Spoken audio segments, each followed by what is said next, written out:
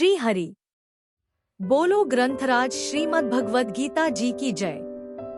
नमस्कार, स्वागत है आपका हमारे गीता ज्ञान श्रृंखला में।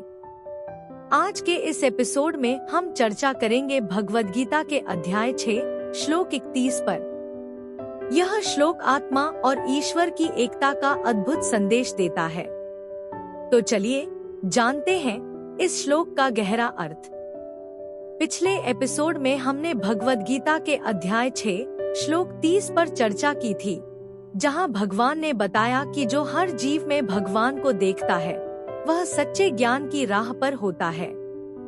आज हम बात करेंगे अध्याय 6 श्लोक 31 की, जिसमें भगवान कृष्ण अर्जुन को समझाते हैं कि जो मुझे हर जगह देखता है और हर चीज में मुझसे जुड़ा हुआ महसूस करता है वह कभी मुझसे दूर नहीं होता और मैं उससे।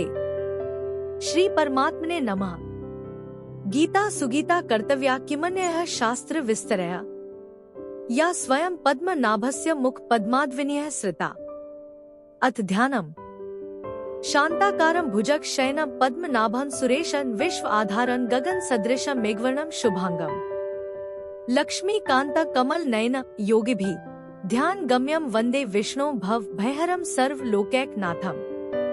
यम ब्रह्मा वरुणेन्द्र रुद्रमृतः स्तुन्वन्ति दिव्यैः स्तवैर्वेदैः सांग पद क्रमोपनिषदे गायन्ति यं सामगाः।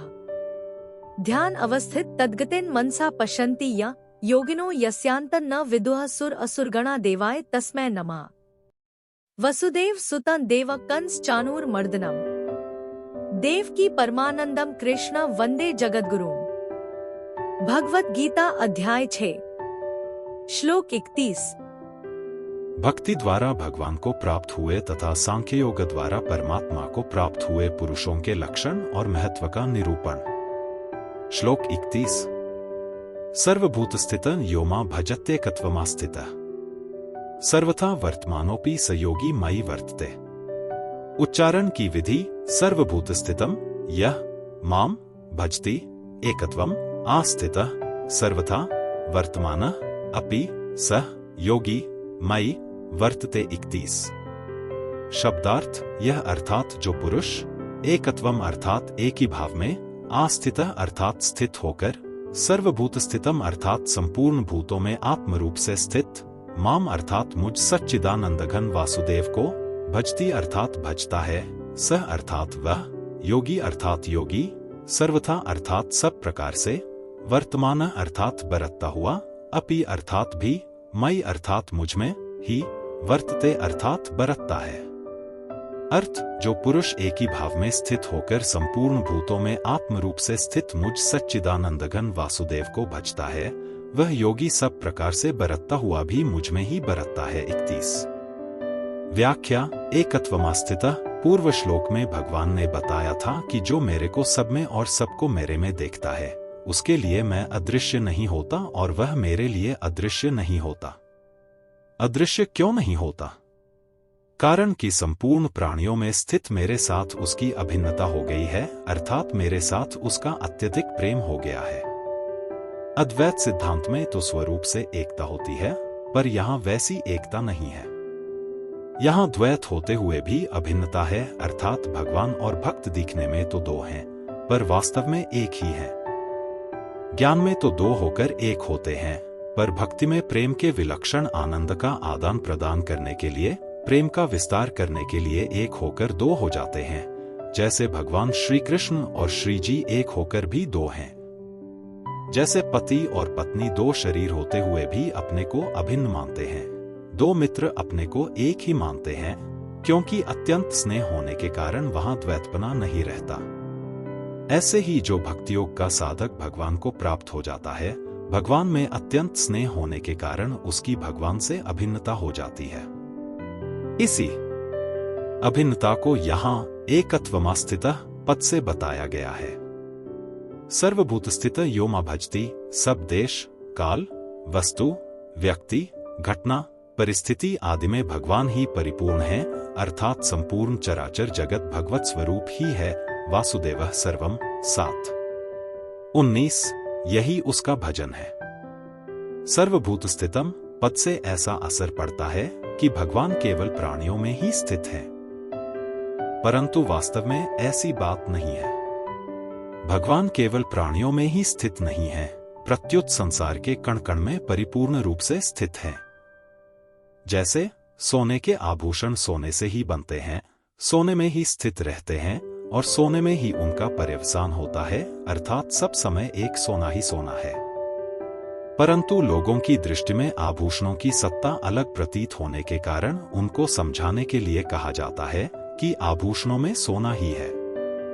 ऐसे ही सृष्टि के पहले, सृष्टि के समय और सृष्टि के बाद एक परमात्मा ही परमात्मा है। परंतु लोगों की दृष्टि में प्राणियों और पदार्थों की सत्ता अलग प्रतीत होने के कारण उनको समझाने के लिए कहा जाता है कि सब प्राणियों में एक परमात्मा ही है, दूसरा कोई नहीं है।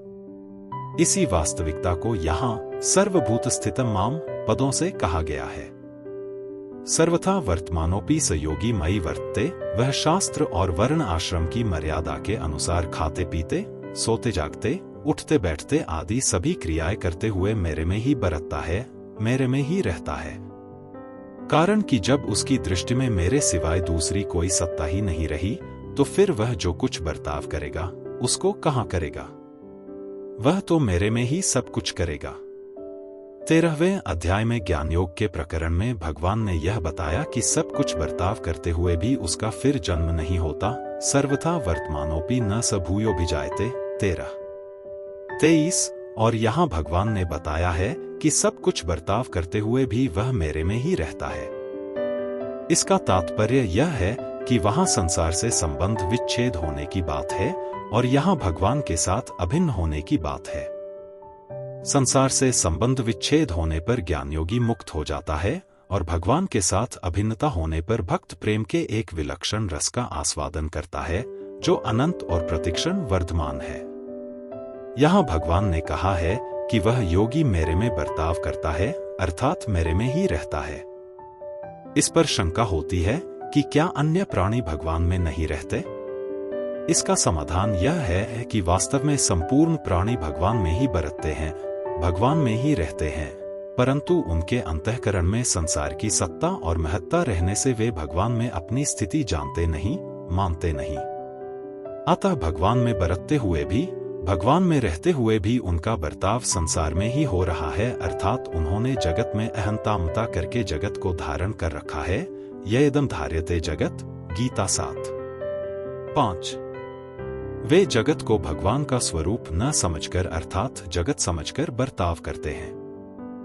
वे कहते भी हैं कि हम तो संसारी आदमी हैं, हम तो संसार में रहने वाले हैं। परंतु भगवान का भक्त इस बात को जानता है कि यह सब संसार वासुदेव रूप है। अतः वह भक्त हरदम भगवान में ही रहता है और भगवान में ही बर्ताव करता है। परिशिष्ट भाव भक्त संपूर्ण जगत को परमात्मा का ही स्वरूप देखता है। उसकी दृष्टि में एक परमात्मा के सिवाय और किसी की सत्ता नहीं रहती। उसके लिए दृष्टा, दृश्य और दर्शन तीनों ही परमात्मा स्वरूप हो जाते हैं। वासुदेवः सर्वम, गीता 7:19। इसलिए जैसे गंगाजल से गंगा का पूजन किया जाए, ऐसे ही उस भक्त का सब बर्ताव परमात्मा में ही होता है। जैसे शरीर में तादात्म्य वाला व्यक्ति सब क्रिया करते हुए शरीर में ही रहता है, ऐसे ही भक्त सब क्रिया करते हुए भी परमात्मा में ही रहता है। आगे 13वें अध्याय में भगवान ने ज्ञानयोगी के लिए कहा है, सर्वथा वर्तमानोपि न स भूयो भिजायते 13-23। और यहाँ भक्त के लिए कहा है, सर्वथा वर्तमानोपि स योगी मयि वर्तते। तात्पर्य यह हुआ कि ज्ञान मार्ग में तो जन्म मरण मिट जाता है, मुक्ति हो जाती है, पर भक्ति मार्ग में जन्म मरण मिटकर भगवान से अभिन्नता होती है, आत्मीयता होती है। इसी भाव को गीता में इस प्रकार भी कहा गया है, तस्याहं न प्रणश्यामि सच में न प्रणश्यति 6:30। प्रियो हि ज्ञानिनोत्यर्थमहं सच मम प्रिय 7:17। ज्ञानी त्वात्मैव मे मतम 7:18। ये भजन्ति तुमा भक्त्या मयि ते तेषु चाप्यहम् 9:29।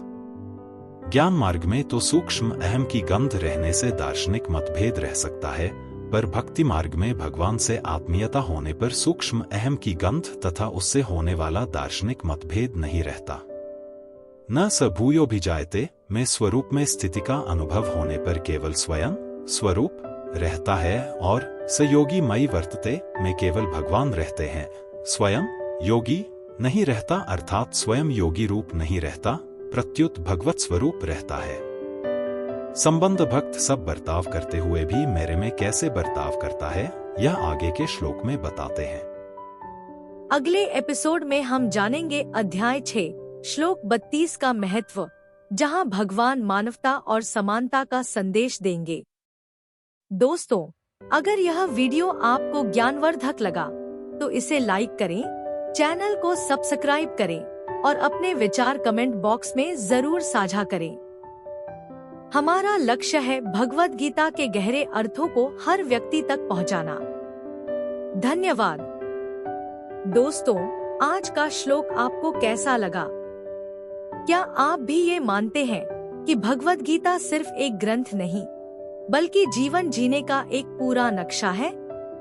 अगर हाँ, तो इस वीडियो को लाइक और शेयर करके अपनी सहमति जरूर बताएं। याद रखें, हर समस्या का समाधान हमारे भीतर ही है। भगवद गीता का ज्ञान हमें यह सिखाता है कि हम कैसे अपने भीतर की शक्ति को पहचान सकते हैं और अपने जीवन को सफल बना सकते हैं। कल मिलते हैं एक और रोमांचक श्लोक के साथ। तब तक के लिए अपना ध्यान रखें और भगवद गीता की सीख को अपने जीवन में उतारते रहें। बोलो ग्रंथराज श्रीमद् भगवद गीता जी की जय। जय श्री कृष्ण।